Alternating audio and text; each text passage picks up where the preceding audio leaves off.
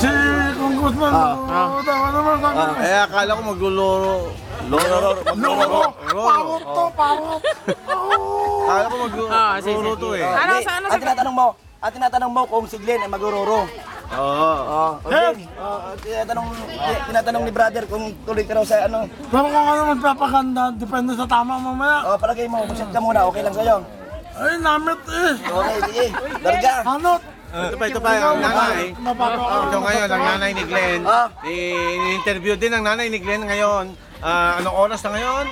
Ito pala nanay ni Glenn. Ngayon, tinatanong namin na... Tanang, ano, sangayon ba kayo sa, sa...